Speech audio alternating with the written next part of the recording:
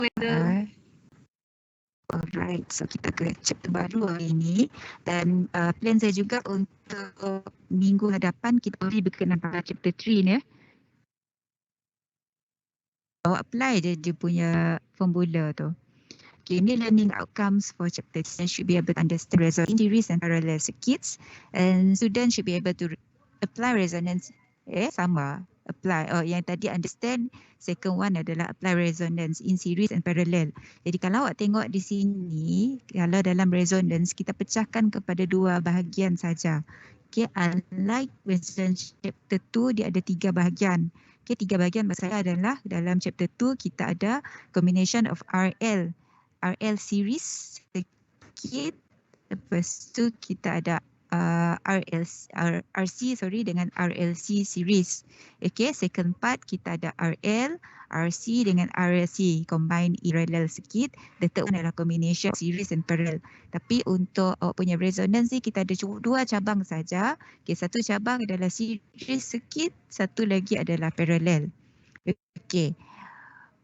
Yang ini saya rasa saya just fokus untuk series saja. Saya tahu workload awak sini mungkin agak banyak disebabkan ada tambahan lagi khusus lain. Jadi ini soalan tak pasal series lah instead of parallel. Jadi kita boleh jimat masa di situ dan awak boleh ada masa untuk lebih faham lagi mengenai bahasa series ya. Maksud saya resonance in circuit. Ini cuma daripada chapter 2 sahaja. So awak dah tahu apa resistance, awak dah tahu apa reactance kan. Okay, symbol for reactance kita ada XL, XC which contributors, okay, iaitu daripada inductor dan capacitor. As for resistor kita tak ada reactance sebab resistor memang dah dalam ohm. Okay, untuk ini kita kena cari dia punya equivalent reactance value. So ni adalah rumusnya. Rumus reactance dah hafal belum? Dah hafal belum rumus reactance ni? Dah. Okey. Dan juga untuk awak punya topik 3 ni, topik 3 saya tak akan apply tambah lah. Dengerikan awak punya formula saja. Dia punya formula, kan tertibnya formula ni dia fix. Okey, tak kisahlah awak dibagi apa saja dia punya condition ataupun apa saja dia punya situation, awak apply rumus yang sama. Okey, dia akan ada list tu nantilah. Nanti saya akan list out apa dia punya formula. Okey, kita pergi dahulu apa itu resonance. Okay, in physics, resonance is a tendency to greater amplitude at some frequencies than at others.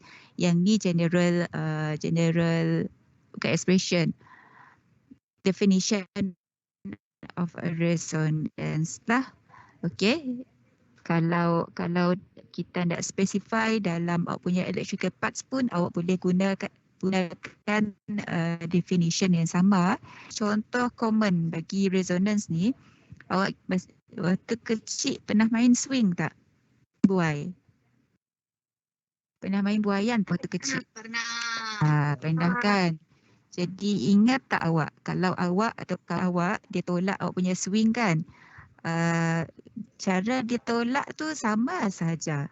Okay, ingat tak awak tolak kawan awak sama saja, tapi at certain point tiba-tiba awak punya swing tu akan jadi lebih tinggi. Walaupun awak guna force yang tak adalah kiranya sangat-sangat kuat awak tolak. Tapi bila awak tolak berkali-kali, awak tolak berkali-kali, pada satu masa tertentu, swing tu dia akan buai lagi tinggi daripada masa-masa yang lain.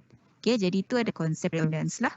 Okay, jadi dikatakan di sini tendency of a system to oscillate, sama macam yang buai awak tadilah, dia akan bergerak, okay, with greater amplitude. Jadi dia punya sasaran buai tu dia akan lagi tinggi. Okay, kita dipengaruhi oleh awak punya frekuensi. Seperti yang awak dah belajar dalam chapter 1, frekuensi ni kita boleh relate dengan time. Okay, period. Okay, jadi at certain period, apabila awak tolak buai tu, okay, pada masa yang tertentu, awak punya frequency system, frequency of swing awak tu dia akan menjadi contribute to greater amplitude. Itu adalah common contohnya. Dia ada banyak lagi contoh sebenarnya, tapi saya bagi awak satu contoh yang saya agak boleh relate dengan semua lah. Saya rasa semua kita dah main rupa ya. Jadi kalau dalam electrical,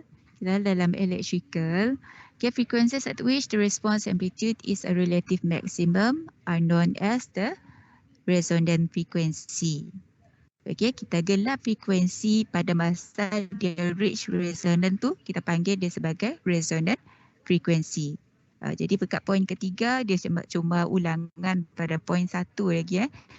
Dia kata at these frequencies, iaitu at resonant frequency, even small periodic driving forces, tu yang saya kata tadi, awak tolak sikit sahaja boleh menyebabkan large amplitude oscillation, boleh menyebabkan wayan awak lebih bergerak lagi tinggi. Sebab sistem tu dia store vibrational energy. Dia internal energy dia. Jadi untuk resonant ni, it occurs when the system is able to store and easily transfer energy between two or more different storage modes. Tapi untuk kita just fokus kepada electrical parts. Kita apply pergi kepada series. Untuk parallel, saya kita boleh skip. Yang tu pun saya minta izin daripada awak jugalah. Boleh tak kita skip resonant in parallel sikit? Saya nak fokus in series saja. Boleh tak? Tak hang kepala awak. Boleh halalkan jadi ini adalah syarat-syarat kalau dalam series circuit resonance ni. Syarat yang paling penting paling penting awak tengok dekat poin pertama, the inductive reactance of the circuit becomes equivalent to the capacitive reactance. The inductive reactance with equivalent to the capacitive reactance. Jadi ini adalah syarat yang pertama yang boleh menyebabkan resonance ni berlaku dalam series circuit. Jadi apabila XL awak dia sama dengan XC, kita apply rumus dalam chapter 2. Ini poin pertama. Saya suka untuk poin kedua saya describe dekat sini, impedance. Tapi dia tak kisahlah, sequence ni tak kisah sebenarnya. Tapi maksud saya untuk saya explain lagi senang lah. Ini poin pertama, saya terus kepada impedance. Awak tahu daripada chapter 2, Z equivalent to R square plus XC minus XL square. Awak tengok kat poin pertama. Apabila XL dia sama dengan XC, apa jadi dalam kurungan ni kelas? Kalau XC sama dengan XL, apa jadi dalam kurungan?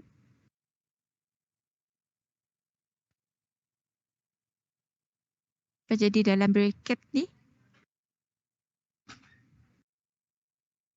Let's say awak XC 500 ohm. Yes. So dalam bracket ni dia akan. Good.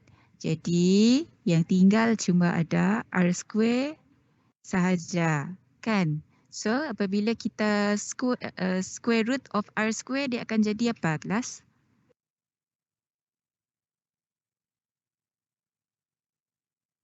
R. Yes, Jadi untuk impedance awak, initially kita ada square root of R square plus XC minus XL square. Apabila dekat sini, kalau dia ada value, di sini ada value R awak pun ada value. Of course dia pun initial impedance awak adalah tinggi kan. Tapi apabila XC awak sama dengan nilai XL, dekat sini dia akan jadi 0. Apabila net reactance awak equivalent to 0, so Z awak total impedance cuma akan sama dengan R sahaja. Jadi sebab tu dia akan menjadi minimum. Bermaksud awak punya impedance tu jadi rendah sebab Z awak dia tak contributed by net reactance lagi. Ada faham tak? Faham tak poin saya?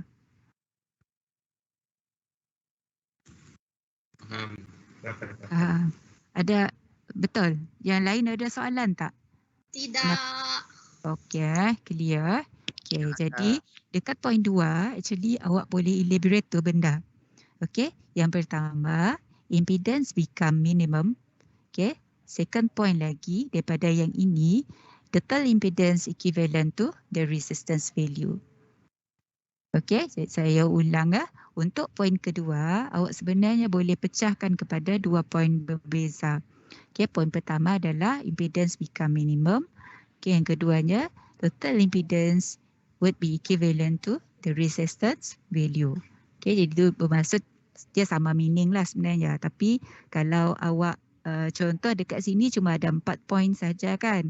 Mana tahu dalam soalan nanti dia minta sampai 6 poin, 6 ke 8 poin. Jadi awak boleh buat elaboration sebegitulah. Okey. Lepas tu apabila Z awak menjadi minimum, okey, untuk current yang ketiga. Okey, selalunya I awak kalau kita applying Ohm's law, I equivalent to V over Z. Kan? Okey, jadi Z awak tadi apabila dia resonance, untuk resonance sahaja Z awak dia becomes equivalent to R. Okey, dekat sini apabila awak punya denominator adalah rendah, apa jadi pada current awak? Apa hubungan antara I dan juga awak punya Z? Z di bawah, I kat atas. Jadi yang ni inversely proportional or directly proportional, class?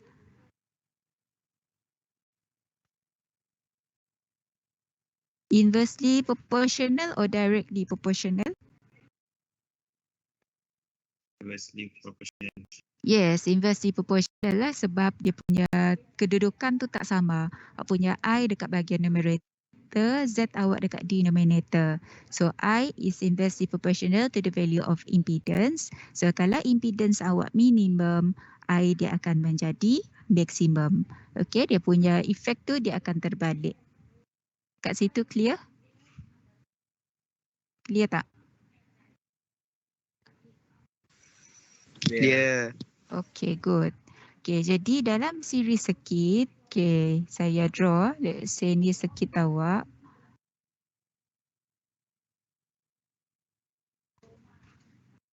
Alright. So kita tahu dalam siri circuit, okay, currentnya lalu dekat bahagian, let's say ni A, sini B, C, sini D. Okay, dalam siri circuit awak tahu current yang melalui setiap point ini adalah sama. Okay, dalam siri circuit. Okay, jadi oleh kerana current awak tadi dia maintain sama, X awak pula dia sama. Sebab untuk awak mengira voltage at inductor, okay, applying formula dalam chapter 2, VL equivalent to I multiply by X times XL, sorry. Okay, as for VC, I multiply by X, C. Okay, tapi untuk XL dan XC ni dia adalah sama. I pun adalah sama. Jadi sebab itu VL awak adalah sama dengan BC. Faham tak? A ini sama. VL sama dengan BC. Okey. Dekat dalam siri circuit, ini siri circuit untuk current flows dekat awak punya setiap komponen, current awak ada nilai. Contoh dekat point A dia 0.5 mA. Dekat point B pun 0.5 mA. Sebab yang ni dalam siri circuit. Okey, jadi kita tahu current ni adalah sama dekat any point dalam kita punya lita. Okey. As for resonance dalam series circuit, rules number 1 jadi XL awak adalah sama dengan XC. Okay, nilai XL ni sama dengan nilai XC. Jadi kedua-dua value ni sama. I sama, nilai X pun sama. Jadi disebabkan itu voltage drop across these two passive elements pun adalah sama. Except for VR je lah. Okay, except for VR. Okay, voltage at inductor will be equivalent to voltage at capacitor. Okay, sebab dua parameter ni dia sama value. Ini sama dengan bawah. XL pun sama dengan X yang bawah. Ada soalan? Ada soalan tak? Tidak, madam. Okay, clear. Alright, jadi yang ni yang tadi itulah. Okay, yang rules number 1, XL must be equivalent to XC under resonance. Okay, sebab yang ini yang boleh menyebabkan resonance tu berlaku. Kalau XL tak sama dengan XC, jadi resonance ni tak akan berlaku dalam awak punya lita. Okay, kalau XL tak sama dengan XC, jadi lita ni dia akan berfungsi seperti mana dalam chapter 2. Faham tak? Kalau ini tak sama, okay, jadi lita ini awak kena guna formula dalam chapter 2. Tapi kalau awak tengok ada ini, ada rules yang ini. Okay, ada condition, bukan rules, ada condition ini. Jadi awak kena apply chapter 3. Faham tak? Jelas? Okay, jelas tak? Jadi yang ni kita dah explain tadi, VL sama dengan VC disebabkan current sama dalam setiap point dalam lita dan juga reactance dekat dua-dua passive element ni adalah sama. Okey. Dan disebabkan XL dia sama dengan XC, maka awak punya total impedance dia akan sama dengan resistance. I initially calculated with V over Z, tapi since Z awak sama dengan R, cuma under resonance sahaja awak boleh apply V divided by R. Yang ni under resonance sahaja awak boleh apply this formula. Okay, other than resonance, I should be calculated with V over Z. Okay, dan nama untuk series resonance circuit ni, nama lainnya adalah kita gelar sebagai acceptor circuit disebabkan maksimum current yang berlaku dan juga disebabkan oleh minimum impedance yang berlaku.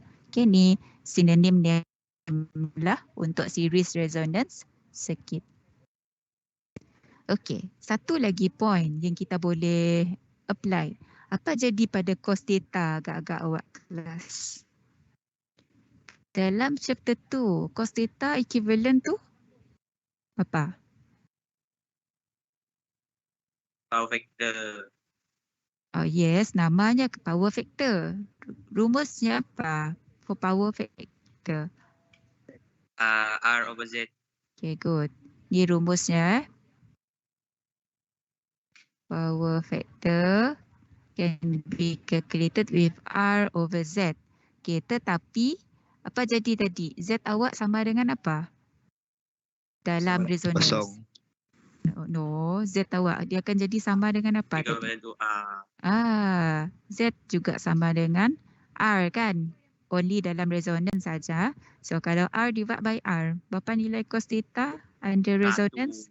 1.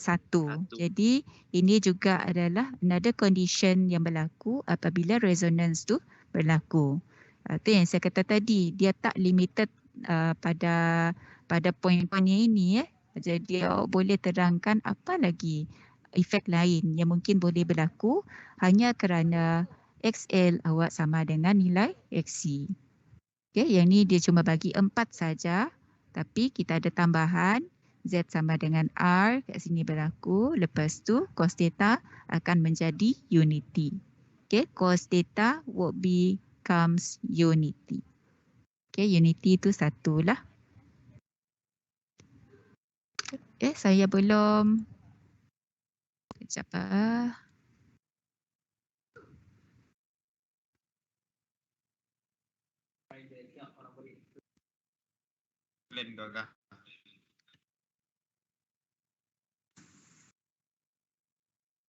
Lupa saya nak record tadi lah. Okay. So ini adalah cara untuk kita derive formula for resonance frequency. So resonance frequency awak tadi denoted as FR. Yang ini adalah resonance frequency awak. Okay, jadi macam mana nak derive yang ini? Awak mulakan dengan awak punya reactance value XL sama dengan XC. Okay, jadi selalunya kalau dalam chapter 2, kita tulis XL sebagai 2 pi multiply by F multiply by L. Kan? Tapi untuk chapter 3 kita ada tambahan. Dia ada subscript of R. In which R ni dia indicate resonance lah. Okay. Tapi dalam chapter 2, jangan awak tulis subscript of R lah. Only dalam chapter 3 saja. Soalan yang ada resonance saja. Yang ada mention perkataan resonance, baru awak letak subscript R. Okay, jadi ini adalah rumus asal bagi awak punya reactance value 2 pi F multiply by L tambah saja R. S for XC adalah 1 over 2 pi FR C. Okay, kita kumpulkan FR tu. FR sebelah kanan asalnya adalah bagi. Kalau kita pindah kepada bahagian sebelah kiri, dia akan jadi darab lah. Okay, so yang tinggal dekat sebelah sini, 1 masih maintain 1.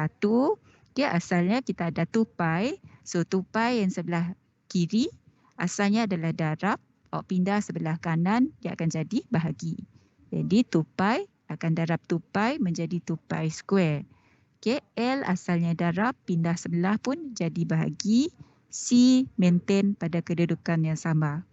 Okay, jadi kalau kita nak cari FR, awak square root kan dua-dua belah. Square root kan both sides. So awak akan dapat FR saja di sebelah kiri. Sebelah kanan dia akan jadi, kalau square root of 2 pi square, dia menjadi 2 pi lah. Okay, LC dia akan jadi square root of LC. Okay, ini adalah rumus bagi resonant frequency. Sebab kadang awak akan diminta untuk derive. Okay, sebagi soalannya dia kata derive the equation of a resonant frequency.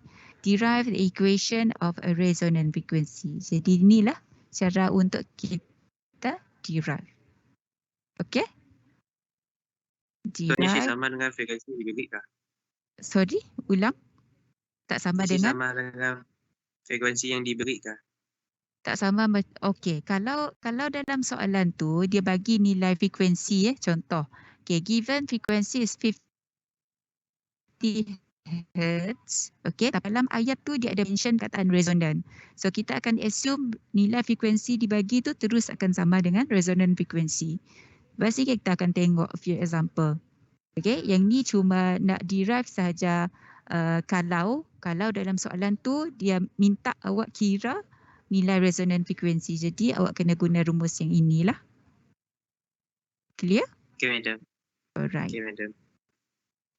Okay, yang ni adalah graph reactance at series resonance. Terus terang yang ni selalu keluar dalam any assessment Ini assessment termasuklah EOC, quiz dan juga punya final exam. Selalu keluar yang ini. Okay, untuk awak nak interpret graph ni, kita tengok satu-satu.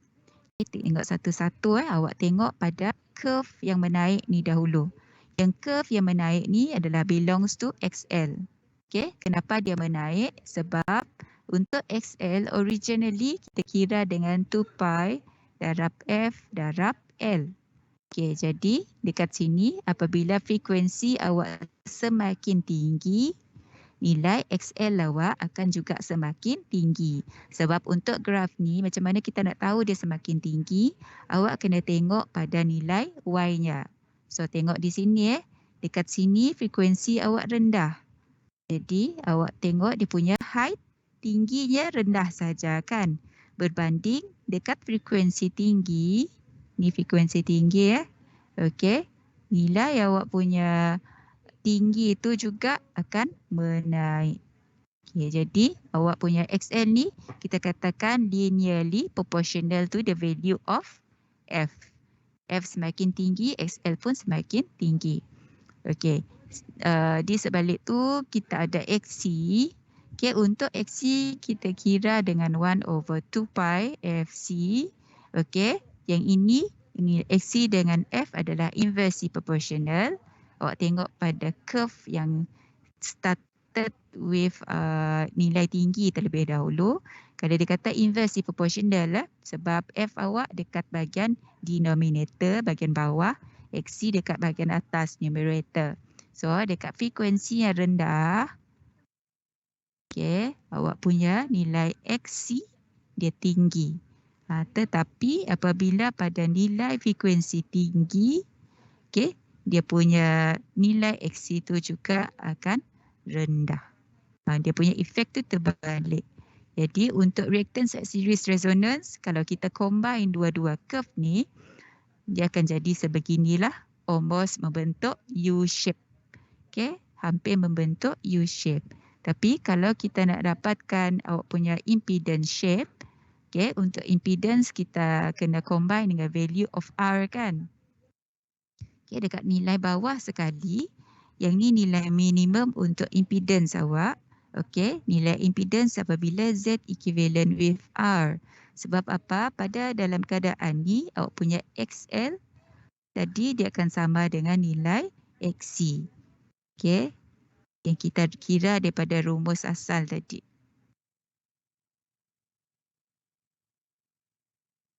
Okay, so R square plus 0 dia menjadi R sahaja.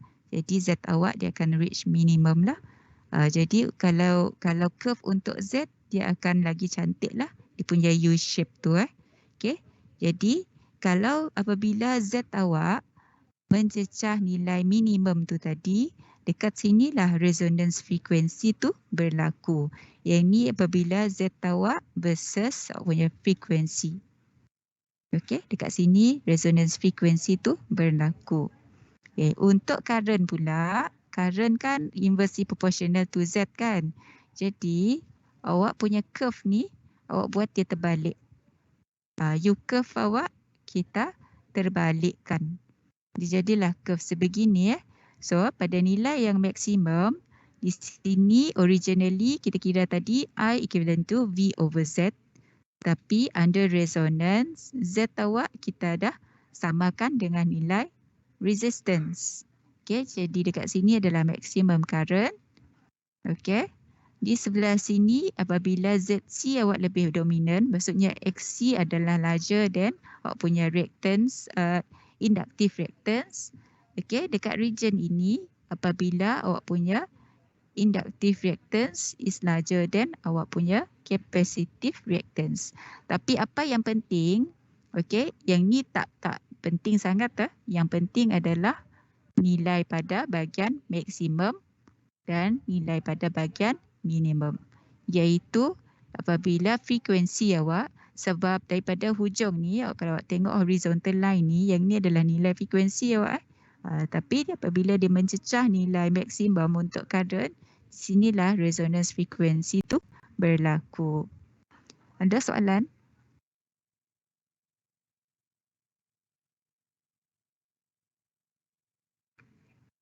Ada soalan kah?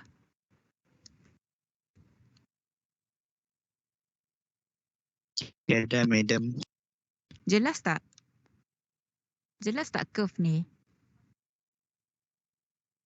Jelas. Berlit apa nak graf nak berlit. Okey, graf ni awak start tu yang saya kata tadi, awak kena tengok satu-satu. Okey, kan dalam chapter 2 dia pecahkan graf kan. Okey, ni adalah frekuensi. Let's say kita plotkan dahulu XL lah. Okey, XL. XL tadi kan 2 pi kali F kali L kan. Jadi, kalau 2 pi kali F kali L, semakin tinggi F, semakin tinggi nilai XL. Jadi, ni adalah curve untuk XL awak. Okey, untuk awak punya XC, okey, ni F, yang ni adalah XC Okey, sebab XC sama dengan 1 bahagi 2 pi F C. Okay, jadi XC inversely proportional dengan F. Yang ni tadi XL directly proportional to F. Semakin tinggi F, semakin tinggi XL. Tapi yang ini since dia inversely proportional, semakin tinggi F, XC awak akan semakin rendah. Sebab tu awak punya curve dia start daripada bahagian tinggi, dia pergi ke rendah. Efek dia terbalik. Yang ni adalah curve XC. Jadi kalau awak tengok curve ini curve XL lah. Ini adalah curve XC. Kalau kita combine dua graf ni menjadi satu, awak akan menjadi graf yang ini. Nampak? Ini curve XL, ini curve XC. Bolehkah? Boleh. Jadi yang dia nak tunjuk dekat sini, yang ni tadi kalau kita tak consider nilai resistance tu tadilah, Okey, dekat intersection ni, dekat intersection between XL dengan XC, dekat sinilah XL awak dia sama dengan nilai XC tu berlaku. So, dekat sinilah, dekat intersection ni lah menentukan dekat mana resonance frekuensi tu berlaku. Sebab frekuensi kan saya kata tadi, frekuensi awak adalah daripada 0 sampai ke hujung kan. So, permulaannya kita tak tahu dekat mana resonance tu berlaku. Jadi kalau kita ada curve ni dekat intersection, dekat situlah untuk kita define dekat mana point untuk awak punya FR. Di sinilah FR awak. Jadi kalau awak tengok dekat sini dia kata XC is larger than XL. Sebab apa? Awak tengok ni kan curve XC awak kan. Curve XC awak dekat atas. Maksudnya dia punya nilai tinggi. XL awak kan dekat bawah kan. Jadi XL awak adalah rendah. Jadi region ini, region di antara 0 sehingga FR, XC awak adalah dominan. XC awak lebih tinggi. Tetapi apabila frekuensi awak melebihi daripada nilai FR, yang ni lebih daripada nilai FR, XL awak nilainya naik. Tapi XC awak menurun. Jadi XL awak adalah lebih besar daripada XC. Jadi dekat region ini XL adalah lagi dominan. Boleh faham tak? Boleh, Madam. Boleh. Boleh. Betul ni? Yes. Punya suruh lukis graf lukis yang motor je kan? Yes, lukis ni sahaja. Sebenarnya kalau okey kan awak akan open book juga nanti kan. Jadi awak boleh tiru bulat-bulat je yang ini. Tapi lagi bagus kalau awak fahamkan betul-betul lah. Jadi maksud saya adalah tanpa tengok buku pun awak dah boleh lukis dah. Lagi bagus lah kalau awak faham. Kalau faham lama lagi kita boleh ingat. Okey. Ada soalan lain? Ada soalan lain tak? Tak ada. Saya Tidak, proceed. Madam. Okey, saya proceed dah. Okey, yang ni tadi curve ni terbalik dengan untuk current awak, yang tu pun saya dah explain. Okey, yang selalu keluar, yang ni wajib. Curve ini wajib. Awak akan lukis yang ini. Jadi tak boleh tidak. Mesti awak kena tahu lukis current series resonance. So, patternnya adalah apabila mencecah frekuensi tu mencecah nilai resonance frekuensi, dekat situlah awak punya current tu dia akan jadi maksimum. Elsewhere, elsewhere yang ni tempat-tempat lain tempat-tempat lain dia akan menjadi rendah. Okey? Yang ni awak tak label pun tak apa. Yang ni tak penting. Yang penting adalah awak kena label I over VR, frekuensi. Satu lagi nanti awak kena label dekat sini, I, R, M, S. Dan juga awak kena label F lower dengan F upper. Dia ada dalam slide seterusnya lah. Cuma saya nak highlight apa yang penting dalam awak punya graph current untuk series resonance. Okay, kita ke Q factor. Q factor ni cuma adalah voltage magnification at awak punya resonance. So berapa banyak voltage across L ataupun voltage across awak punya capacitor ni dia gain berbanding dengan awak punya supply voltage. Dia cuma adalah ratio lah. Ratio of voltage across awak punya inductor or capacitor compared to the supply voltage. Okay, jadi untuk Q factor ni, dia ada banyak rumus sebenarnya. Sama ada awak nak kira, dia ada beberapa rumus di sini. Kalau saya ringkaskan, untuk Q factor,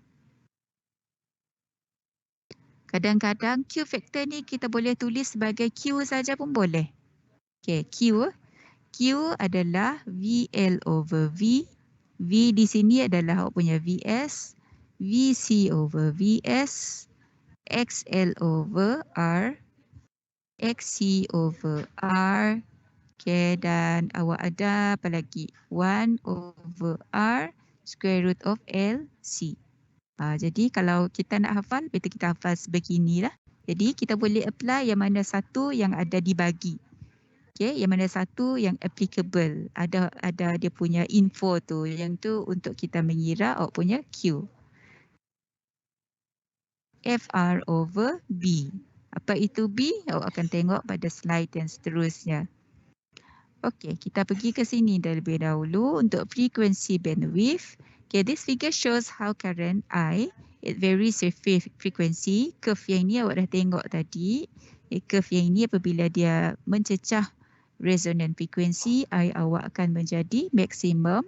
Okay, dalam keadaan lain dia akan menurun lah. Okey, kalau awak tengok di sini dia ada dua curve. Ada curve color biru, ada curve color hijau.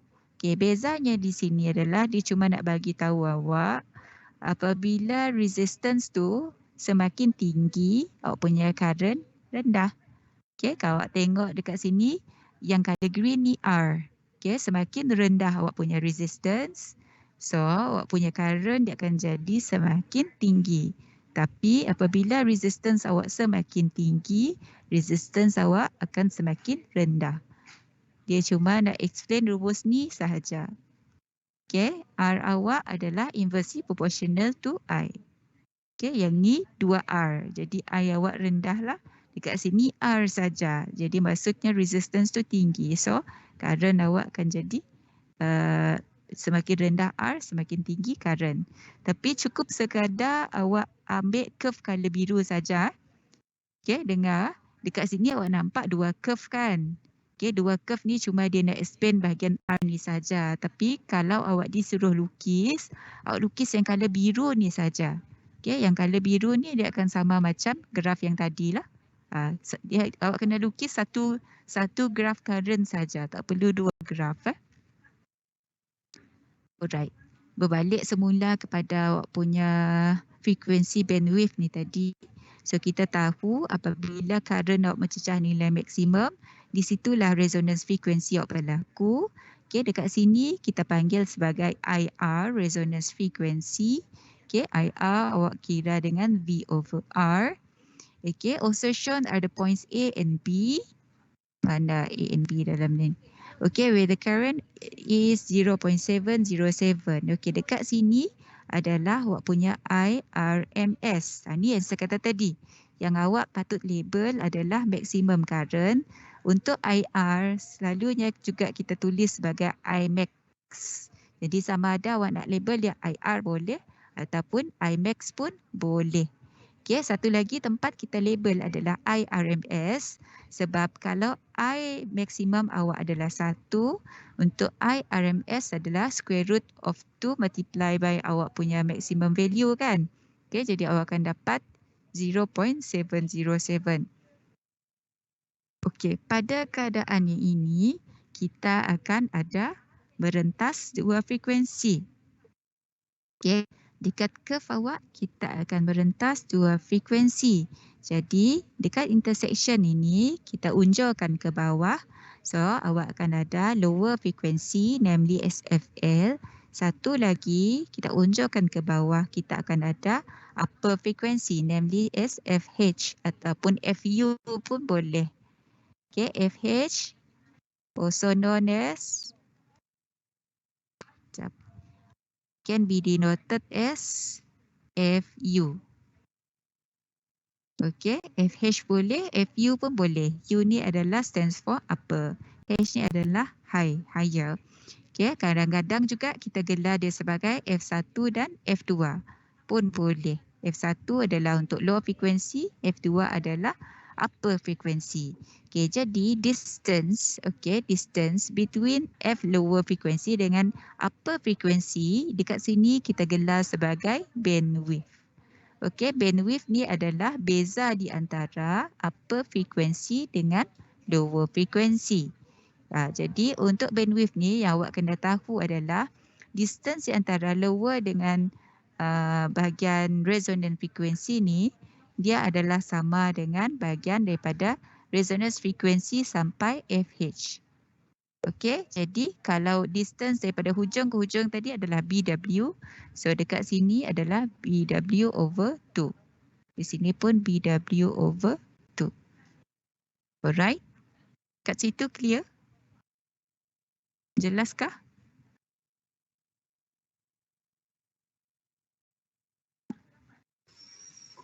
Jelas, Madam. Jelas ah? Alright. Lepas tu point dan seterusnya dia kata the power delivered to the circuit is I square multiplied by R.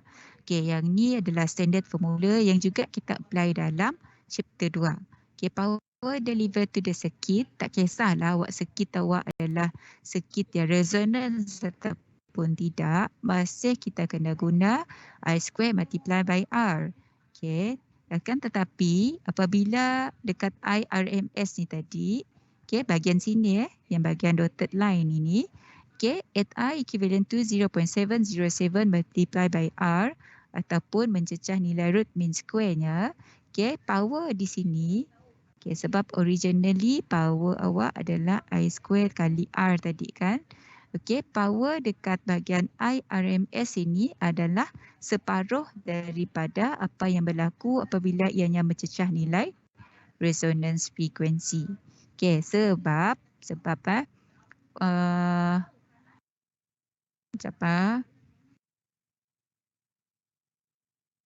okay, asalnya dekat sini tadi I awak adalah 1 kan. So, di sini adalah untuk IRMS 0.707 sebab RMS value kan kita darab 0.707 kan.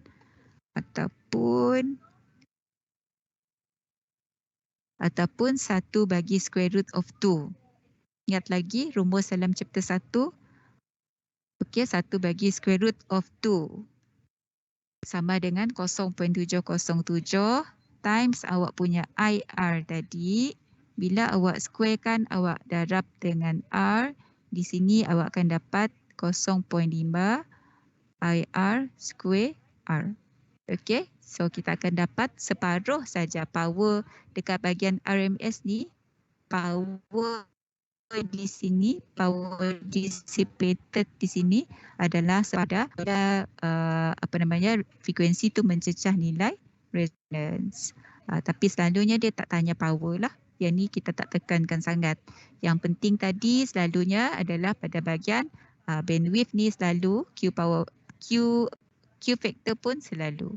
Okay, ni rumus lain tadi. Untuk Q juga boleh kita kira dengan FR divide by B, in which B tu adalah awak punya bandwidth. Okay, bandwidth awak boleh tulis dengan BW boleh ataupun simply written as B sahaja pun boleh. Okay, B awak tadi adalah beza di antara upper dengan lower frequency. Okay, kita mesti tolak bahagian yang maksimum dahulu. Yang maksimum adalah F2 ataupun F upper tolak F lower frequency. Yang ni saya explain apa rumusnya terlebih dahulu.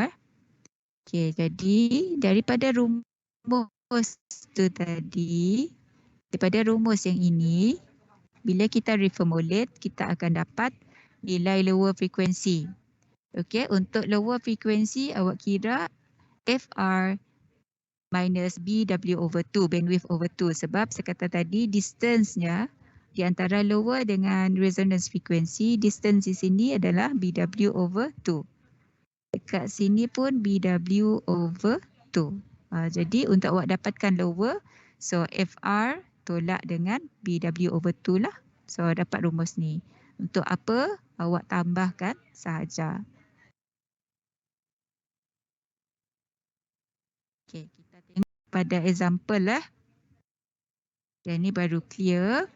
Okay, a coil of negligible resistance and inductance 100 millihenry is connected in series with a capacitance of 2 microfarad and the resistance of 10 ohm across a 50 volt variable power frequency supply.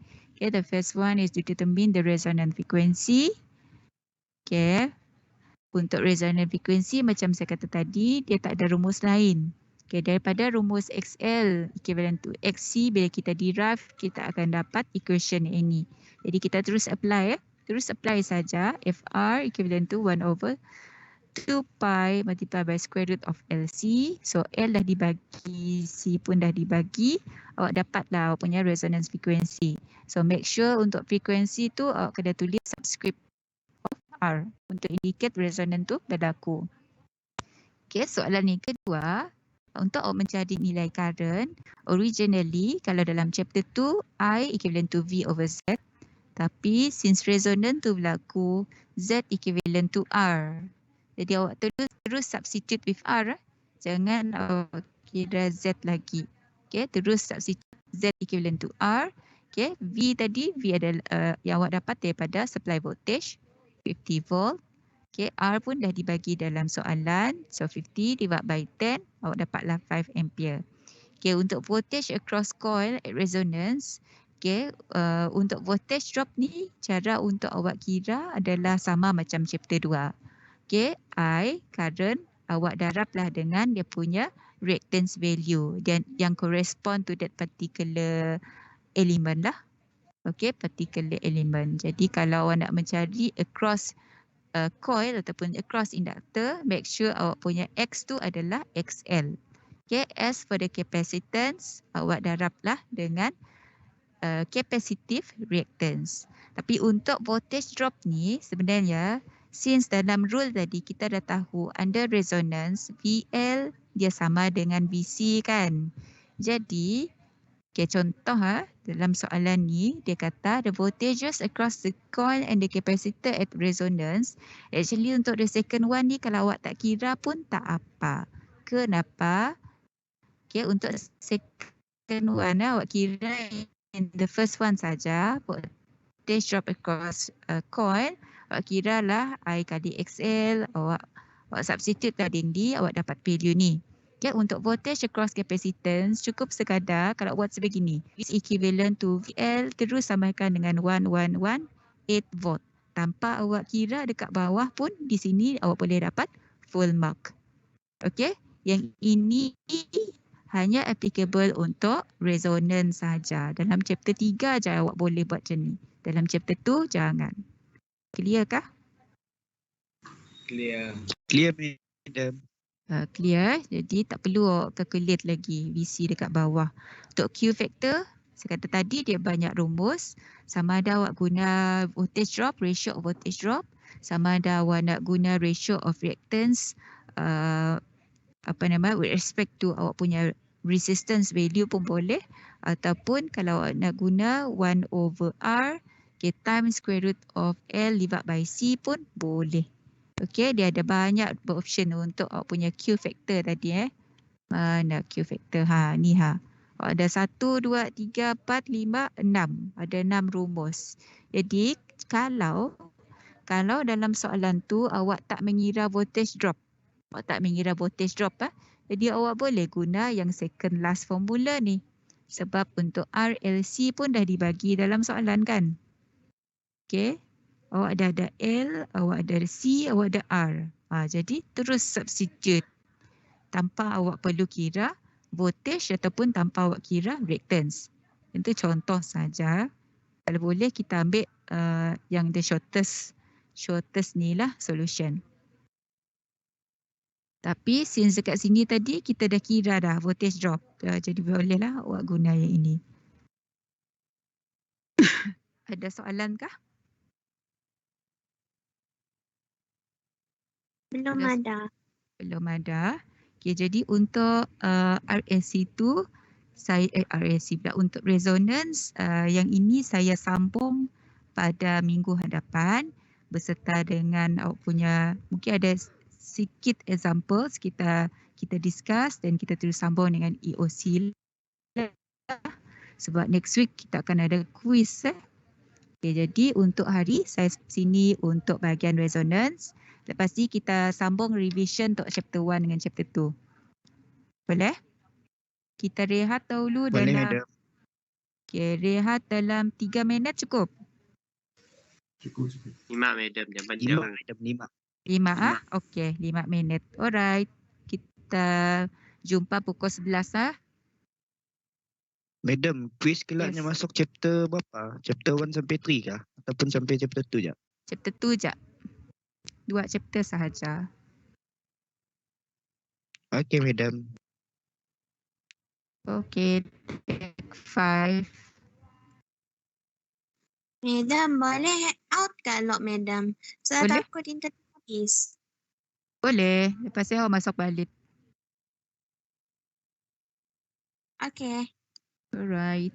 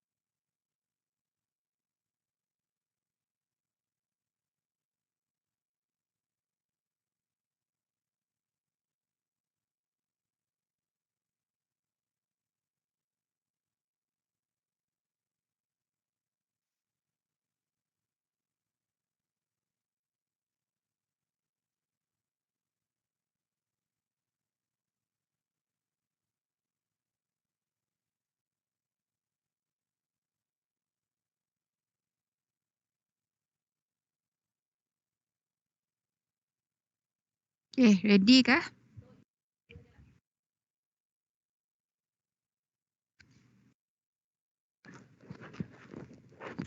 Dah. Boleh, madam. That's good. Boleh. Okay, sebelum stop sharing tau. Pasal dekat sini tak lah. Sekejap. Oh, okay. Okay, jadi untuk minggu hadapan, kuis 1 adalah daripada chapter 1 dan juga chapter 2. Jadi untuk chapter 1 tu standard lah. Awak kena tahu kalau dalam satu wave tu kan, awak kena tahu dekat mana kedudukan dia punya peak value, dekat mana kedudukan untuk awak nak dapatkan dia punya one periodic time. Daripada peak value tu kita boleh cari lagi another 2 parameters. Awak ada average value, lepas tu awak ada RMS value, lepas tu kita ada peak to peak value. Okay, daripada periodic time tu awak boleh cari dia punya frekuensi. Lepas tu untuk chapter 1 juga yang awak kena tahu lagging dan bahagian leading kalau dalam wave tu berlaku dan dibagi leading dengan lagging phase tu. Awak kena tahu juga macam mana nak buat conversion daripada degree to radian and vice versa. Ingat lagi kah? Conversion from degree to radian. Actually dalam calculator awak dah boleh buat sebenarnya. Automatically boleh dapat. Tapi kalau nak ada markah penuh, awak kena tahu buat conversion tu lah. Okay, dekat sini saya cuma bagi satu contoh saja. Actually yang ni lebih kurang soalan macam last semester. Okay, yang ni lebih kurang macam quiz last sem. Dalam satu soalan ni, kita apply dua chapter sekaligus lah. Macam ni lah lebih kurang soalan keluar sebelum dapat lagi dia punya soalan. Okay, semua ready Semua dah ada depan dah? Alright. Sudah. Okay. So, ni adalah graph of punya supply voltage indicated in the question and AC voltage supply of the. So dekat sini kalau kita redraw dia akan jadi satu supply voltage, ada komponen R dan awak kena ada komponen induktor sahaja. Awak tak ada kapasitor pun. Okay, jadi supply voltage yang ini adalah daripada wave yang ini. Okay, jadi untuk the first question, actually yang ni lebih kepada soalan essay. Tapi saya buat sebenarnya awak punya quiz adalah soalan soalan structure. Dia ada sub-sub dia lagi untuk guide awak apa yang perlu awak dapat. Jadi dalam soalan structure tu, kalau awak dapatkan dia punya jawapan yang bahagian atas, jadi itu adalah untuk solve yang dia punya subsequent question sebenarnya. Jadi kita boleh apply apa yang awak dah dapat sebelumnya. Okay, kita tengok untuk yang ini, calculate the measured current flowing through the circuit. Calculate the measured current flowing through the circuit. Akan tetapi awak punya supply voltage dibagi dalam bentuk apa ni kelas? Kalau dia dekat bahagian maksimum. 120 ni apa?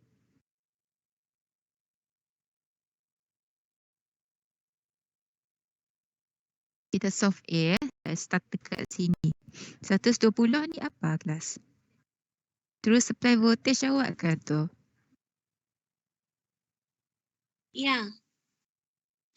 Okay, yes. VS. Yes, ini adalah VS awak. Tapi, okay, kalau awak dah buat practical work 1, untuk practical work 1, awak ingat tak dalam second bahagian tu, dia suruh awak ukur dengan menggunakan voltmeter. Lepas tu, awak compare awak punya answer tu dengan apa yang awak dapatkan daripada oscilloscope. Yang kita measure tu apa? Value apa sebenarnya? Kalau awak dapat... No. VP. No. V apa? Current. Bukan current. Current tak sama dengan voltage. V maximum. Ini V maximum. Bila kita measure. Measured value. Yes. Sorry, ulang balik. Apa tadi? VRMS. Yes, okay. V measured value dia akan sama dengan RMS value. Okay, ingat tak? Kalau kita measured itu adalah RMS value. Ini yang awak dapatkan daripada osiloskop. Okay, yang awak akan dapat daripada osiloskop 120 ni, awak kata tadi maximum value kan? Okay, maximum value also known as apa? Dia ada dua nama. Satu nama dia start with A. Apakah itu? Ni cuma revise. Ingat lagi kah? A. Angular. No. Lepas A, M. MX. No. MX tu dia Ampere. punya, bukan. Dia unit. MX tu adalah dia punya general representation of awak punya yang inilah tadi. Amplitude. Yo, ingat lagi kah amplitude? Okay, kalau amplitude awak daripada baseline, yang ni tak ada cerita resonan dah. Resonan tadi chapter 3. Yang ni sebab kita nak buat revision. Yang ni chapter 1 yang saya ulang ni. Okay, daripada baseline pergi kepada bahagian maximum value. Ini kita gelar sebagai amplitude ataupun peak value. Ingat? Peak value. Jadi awak tengok pada kita punya y apa namanya, bukan y coordinate tu. Bahagian y axis lah. Y axis awak dalam voltage. Jadi dia punya tinggi ni mesti dalam voltage jugalah. So daripada baseline pergi pada bahagian maksimum tadi, sama ada kita tulis sebagai VM, M stand for max ataupun selalunya kita gelar sebagai VP. P itu adalah peak. Okay, so V peak awak adalah 120 volt. Okay? Bolehkah? Okay. Okay, daripada peak value ni awak dapatkan dia punya VRMS. So apa rumus VRMS? VP bagi berapa? Mun awak ingatlah. Buka Square root jap. 2. Okay, VP bagi square root of 2. Dia mesti ada dia punya formula. Kalau awak terus tulis dia punya value terus, iaitu awak tak cukup markah penuh lah. Okay, 120 bagi square root of 2. Kita kira sama-sama berapa? Dalam 2 decimal point. 84.85. Okay, betul. 84.85 volt. Okay, jadi kita dapatkan VRS terlebih dahulu. Dah, yang ni kan kalau measured current ni apa? Apa yang awak nak cari sebenarnya? Ada perkataan measured, ada current. So, IRMS. yang awak nak cari adalah IRMS. Jadi sekarang ni kita dah ada VRMS terlebih dahulu. Jadi macam mana awak nak solve for current? Yang tu chapter apa kalau awak nak solve current? Chapter 2. Chapter 2. Jadi untuk kita nak solve current, awak kena cari apa dulu? I over Z. Yes. Okey, awak perlukan kita punya Z. Tapi sebelum awak cari Z, awak kena cari apa dulu? Sebelum cari Z kelas. Reactant, inductor. Yep.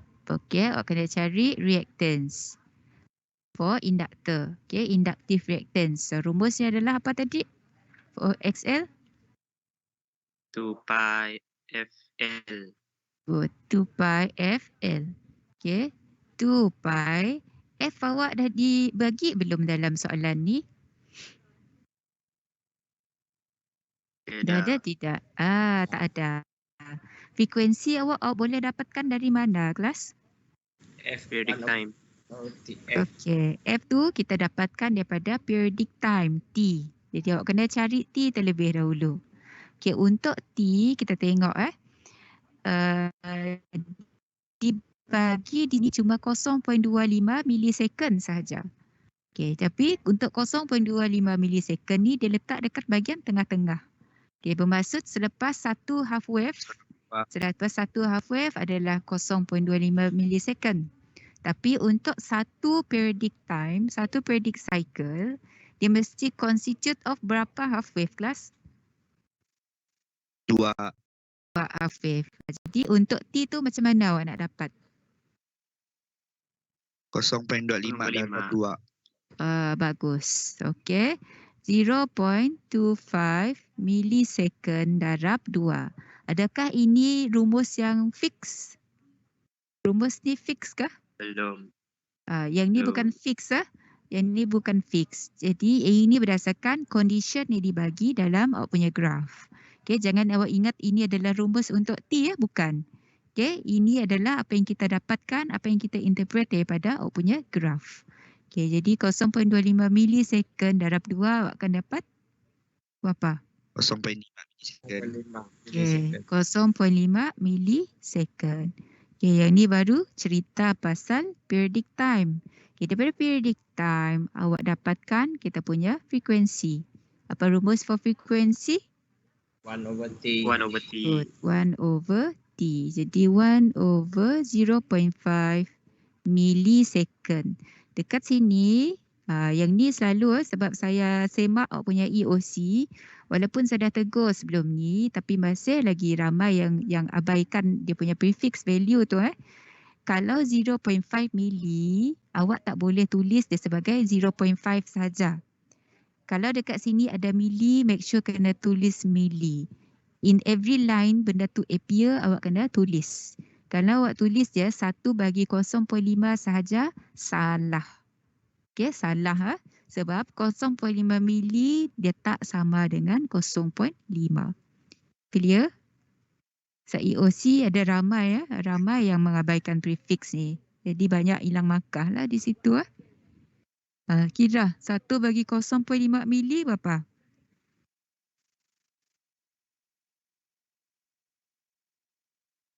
2 kHz. Yes, okay. So frekuensi awak adalah 2 kHz. Dekat sini dah ada frekuensi, baru kita apply masuk dalam awak punya equation ni tadi. So 2 pi kali 2 kilo kali dengan awak punya induktor L. Okay, 2 mili. Awak dapat berapa?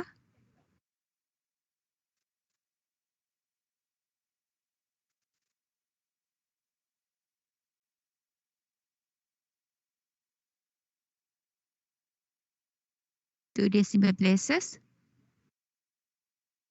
25.13 ohm. Okey, 25.13 ohm. Okey, yang ni adalah XL. Dah boleh tak solve untuk Z? Udah. Okey. So initially kita ada R² plus XC minus, yang ni rumus asal kan. Tapi oleh kerana XC tu tak ada, jadi kosong tolak XL, tapi negatif ni kita squarekan, dia akan dapat positif. Okey, yang ni kosong tolak, dia akan jadi negatif dalam bracket kan. Tapi negatif dalam bracket tu, okey, ni tengok XC square. Okey, negatif ni kalau kita squarekan dia akan jadi positif XC. So R square tambah XC square. Okey, ni adalah dia punya rumus. XC pula, sorry, XL.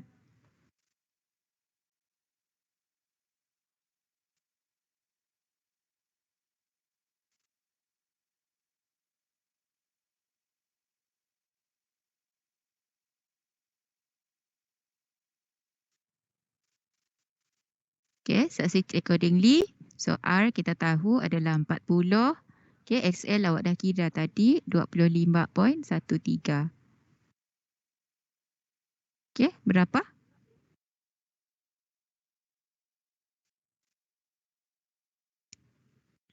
47.24.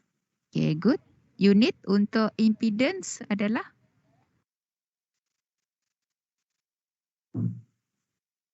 Apa unit untuk impedance? Ohm. Okay, good. Ohm. Alright. So dah solve dah. VRMS dah ada.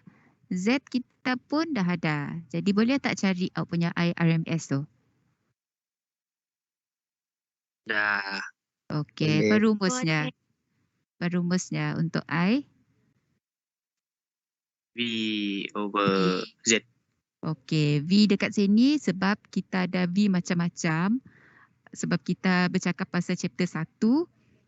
Jadi V awak boleh jadi V peak. V awak boleh jadi V peak to peak. V average pun boleh.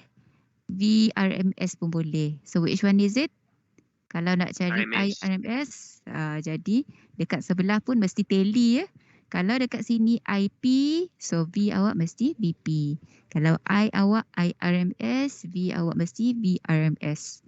Okay, divide by Z awak standard. Z awak 1 je. Okay, V RMS awak 84.85 bahagi 47.24.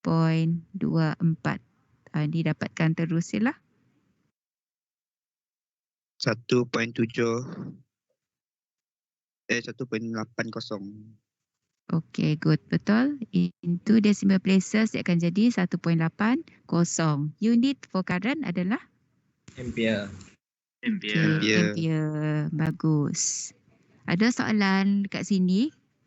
Faham flow-nya? Boleh.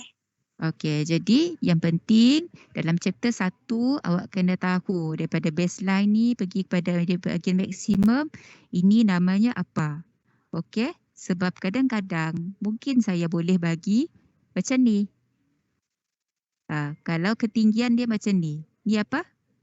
Kalau ketinggiannya panjang sebegini. Daripada maksimum to maksimum bagi maksimum bagi yes, ini adalah VPP. Jadi tak semestinya dia labelkan dekat bahagian peak value. Mungkin dia boleh labelkan pada bahagian VPP. Ataupun mungkin dia boleh bagi awak average value dalam soalan. Okay, dan paling penting juga macam mana nak cari one periodic time. Untuk satu period of one complete cycle, dia mesti ada 2 half wave. Awak mesti ada tengok satu half wave bahagian atas, satu half wave bahagian yang bahagian negatif ni. Okay, campur daripada hujung ke hujung, itulah awak punya one periodic time. Okay, daripada hujung sini sampai hujung sini, ini adalah one period. Okay, settle pada bahagian IRMS ni tadi. Okay, yang ni dah ada campur dalam chapter 2 di sini. Kita pergi kepada soalan B. Okay, find the instantaneous current at T equivalent to 1.5 millisecond. Okay, T equivalent to 1.5 millisecond. Okay, jadi untuk awak solve yang ini, kita pergi bahagian B ya. Untuk bahagian B ni, awak kena buat dulu general formula untuk untuk sinusoidal punya equation lah. Apa general equation untuk sinusoidal form tu? Ingat lagi tak? Instantaneous current equivalent to apa? Apa dia punya general formula? Yang kawan awak ada sebut AM tadi tu.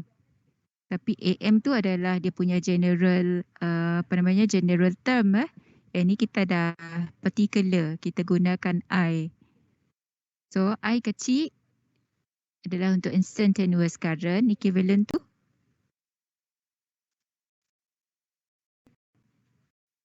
okay, I max ataupun dalam soalan tadi kita guna term apa? Tadi kita ada guna P kan? Peak value sama tak dengan maximum value? Sama. Jadi sama ada awak nak guna M boleh ataupun P pun boleh. Okay, selepas IP apa? Sin. Okay, sin dalam kurungan. Omega T. Okay, omega T. T kecil ke T besar? Kecil. Okay, T kecil. Lepas tu? T kecil. Okay, lepas tu? Apalah. T ya. Empat dah. Tambah tolak sebab dia masih general. Sebab dekat sini kita masih tak tahu lagi dia punya phase angle berapa. Kita boleh mencari. Okay, last kali adalah theta. Kan? Okay, jadi ini adalah dia punya general formula. Jadi kalau dalam soalan tu dia minta find the instantaneous voltage. Jadi instead of I kecil, awak letak V kecil. Okay, sebab instantaneous current ni adalah I kecil. Inilah dia. Okay, jadi dekat sini awak kena cari dahulu apa benda yang di dalam ni. Okay, untuk IP. IP kita dah kira belum tadi? IP. Kita ada VP kan? Lepas tu awak ada IRMS. Kita tak ada IP. Jadi IP awak kita kena kira dari mana? Awak nak kira dari VP kah? Awak nak cari daripada IRMS? IRMS. Okey. Jadi awak tengok equation ni Okay, equation ini kalau V RMS V bagi square root of 2. Okay, gunakan rumus yang sama tapi kita tukar V tu menjadi I. Okay, asalnya kita ada I RMS sama dengan IP bagi square root of 2. Tapi I RMS kita dah ada, IP awak kena cari. Daripada rumus ni, kita reformulate. So, IP equivalent tu apa? Awak reformulate rumus ni. Macam mana awak nak cari IP? IRMS times square root 2. Betul. Ataupun square root of 2 times IRMS. Okay, jadi square root of 2 kekal. IRMS dapatkan daripada value tadi 1.80. Okay, berapa?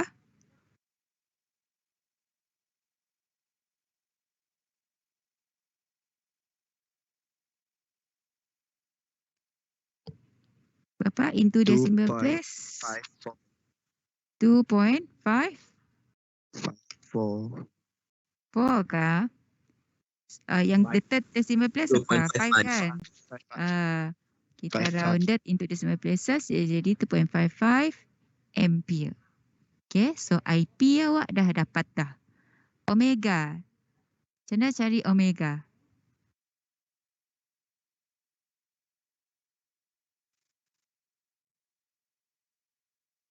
Lihat lagi rumus omega. 2 pi kali apa? F. 2 pi kali F. F kita kan kita dah kira tadi kan? F awak kira tadi adalah ini. Okay, 2 kilo. So 2 pi darab dengan 2K. Awak dapat berapa? 2 pi kali 2K.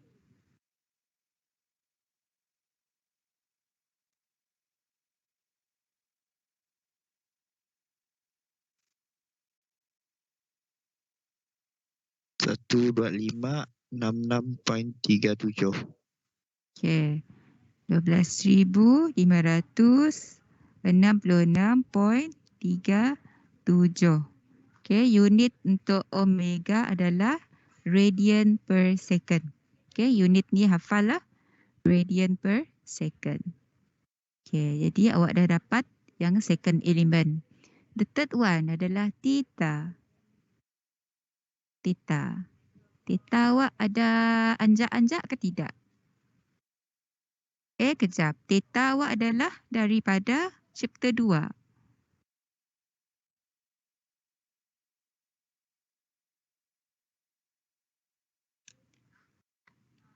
Okey. Cos theta chapter 2 masuk lagi. Cos theta sama dengan R over Z. okey, R over Z. Okey, jadi untuk theta saja awak pindah cos ni pergi ke sebelah. So cos negatif 1 R bahagi Z. Faham tak? Awak nak dapatkan theta saja, jadi cos ni awak transfer ke sebelah. Jadi cos negatif 1 of R over Z. So awak letaklah R tadi, berapa R awak tak? R awak adalah 40. Okay, Z awak adalah, inilah tadi yang awak dah kira. 47.24. Okay, 47.24. Kira? 32.14. Okay. ikut 32.14 degree. Okey, yang ni kita untuk kira theta. Kan generally theta awak adalah plus minus kan? Okey, yang mana satu theta awak ni? Theta awak positif ke theta awak negatif? Awak dapatkan dari mana?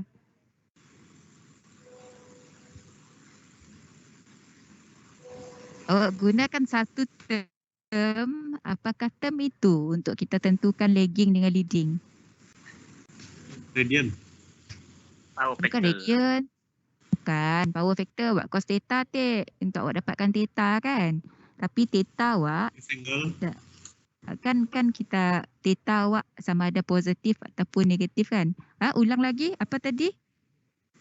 Daripada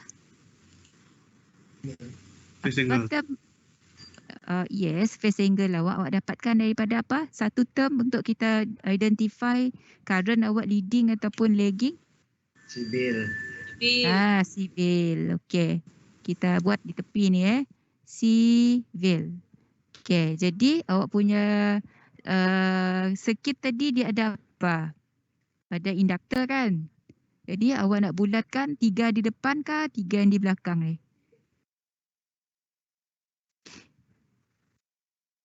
3 di belakang. Okey, 3 yang di belakang. Okey, jadi current awak leading ke lagging kelas?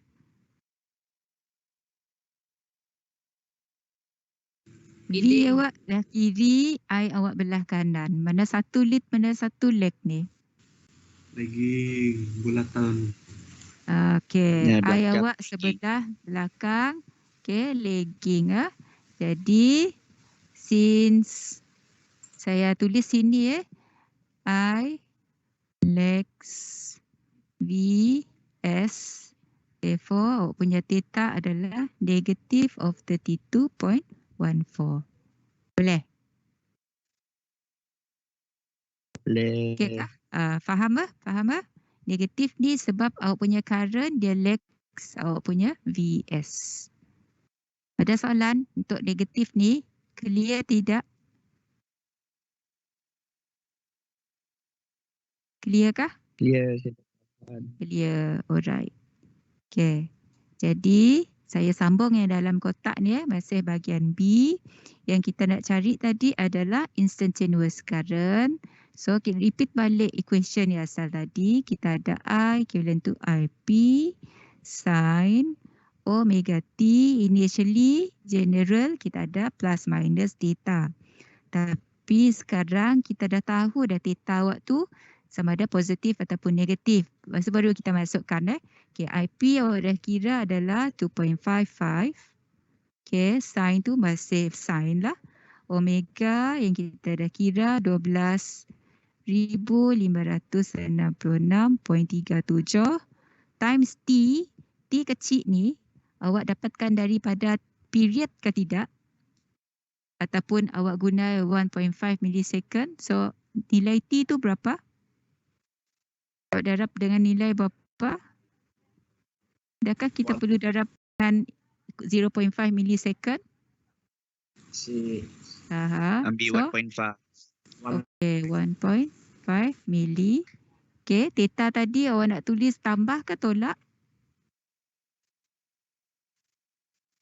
Tolak. Tolak. Okay, tolak 32.14 degree. Dekat sini masih dalam degree kan? Kalau omega T initially dia akan jadi in radian, betul? Okay, tak habis lagi kita kira ni So asalnya ini tadi adalah dalam degree, awak tukar dalam radian.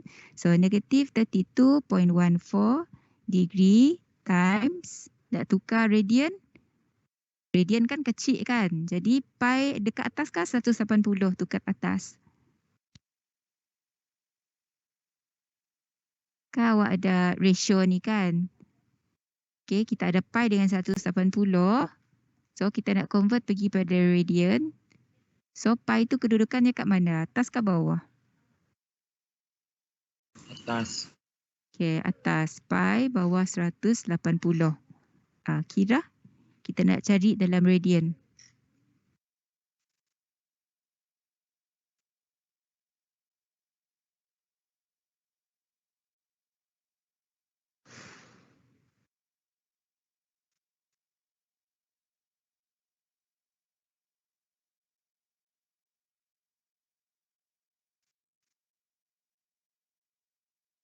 Tepat dah?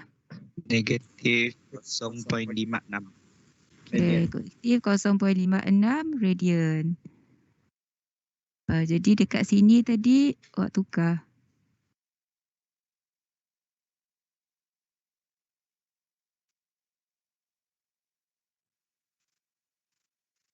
Okey, tolak 0.56.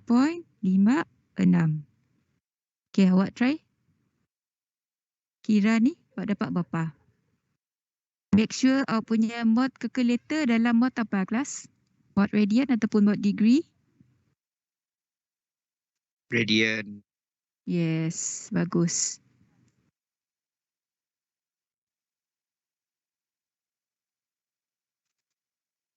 Negatif 1.35. Oh, cepat. Cepat. Yang lain dah kira belum? Negatif 1.35.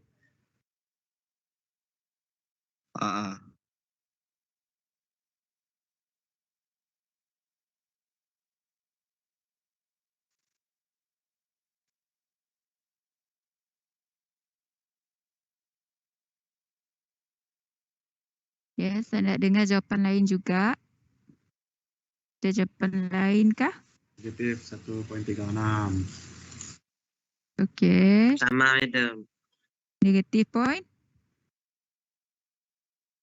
Negatif point pula. Negatif berapa?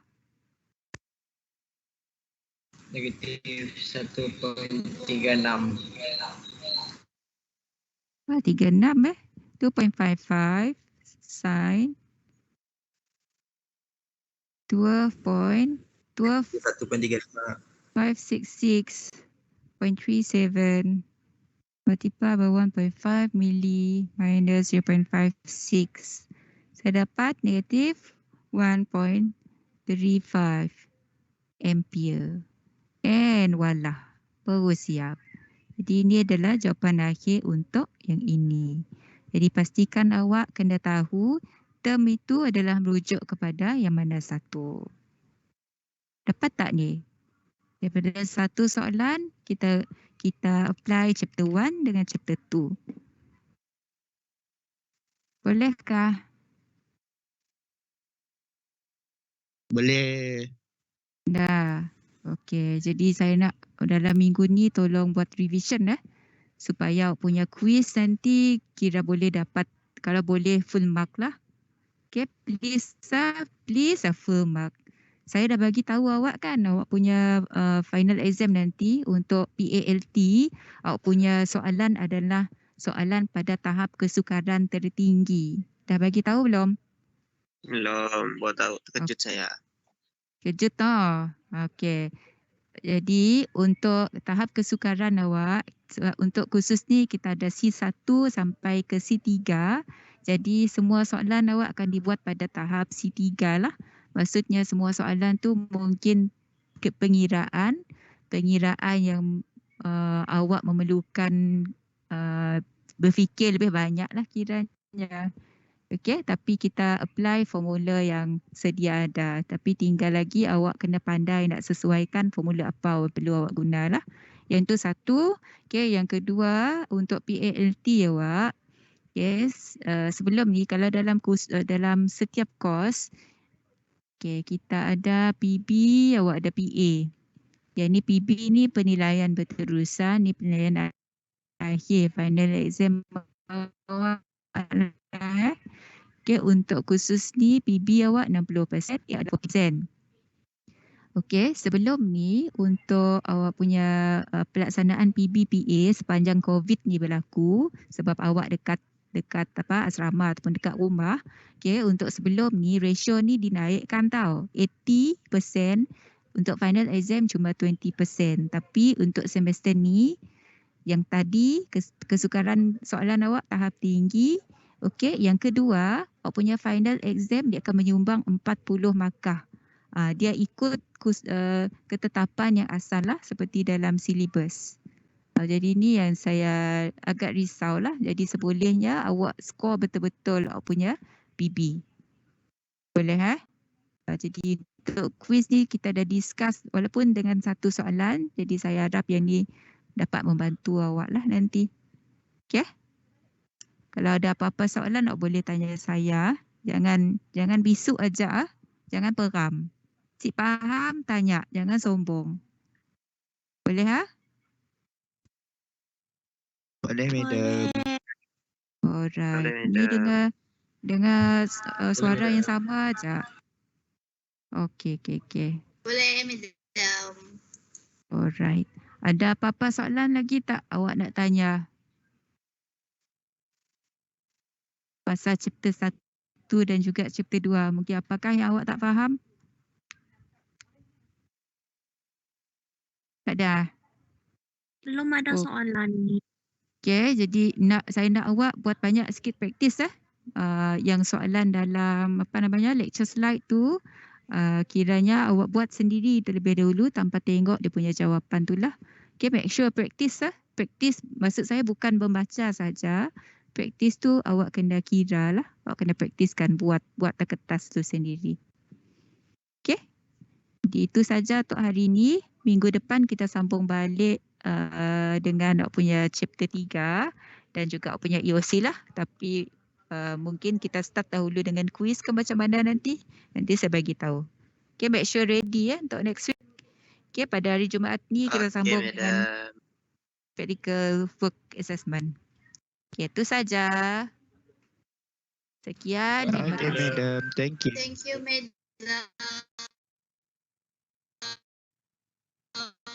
Madam.